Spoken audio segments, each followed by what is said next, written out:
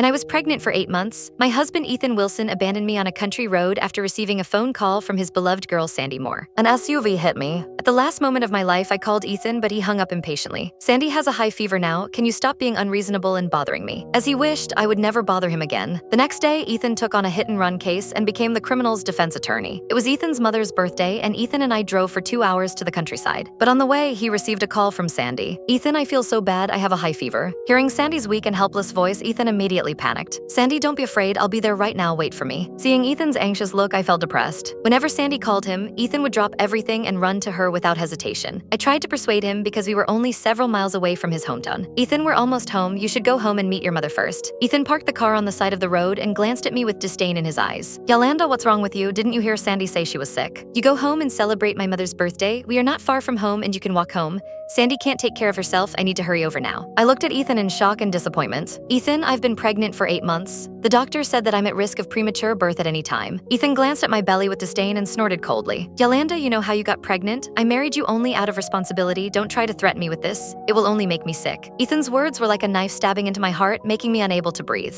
I had always known that Ethan married me just for the baby in my belly. In his eyes, I was just a woman who would do anything to marry him. But that night, it was he who took the initiative. But in the end, he said I did that shamelessly to marry him. In the end, Ethan kicked me out of the car. Before he left, I heard him calling Sandy and comforting her softly. Sandy, I'll be there soon. Wait for me. My fetus had always been unstable. The doctor said that I should rest in bed as much as possible. Ethan was a very filial man, and his mother Jenny liked me very much. So today he asked me for the first time to go to his hometown with him to celebrate Jenny's birthday. I walked alone on the country road and felt my stomach gradually tightening. The strong feeling of pressure made me feel uncomfortable. I had to take a rest from time to time. The sky gradually darkened and began to rain. Suddenly, a dazzling light shone in front of me and I could hardly open my eyes. I saw an SUV speeding towards me. I tried to dodge it, but I was hit by the car and flew away. The moment I felt my internal organs shattered and great pain over my body. I subconsciously reached for my belly and there was the blood mixed with the rain. My phone fell out of my bag. I looked at the dimly lit screen and pressed the shortcut key with trembling hands, calling the emergency contact. The phone rang for a long time before Ethan answered it. Sandy has a high fever now and I'm about to take her to the hospital.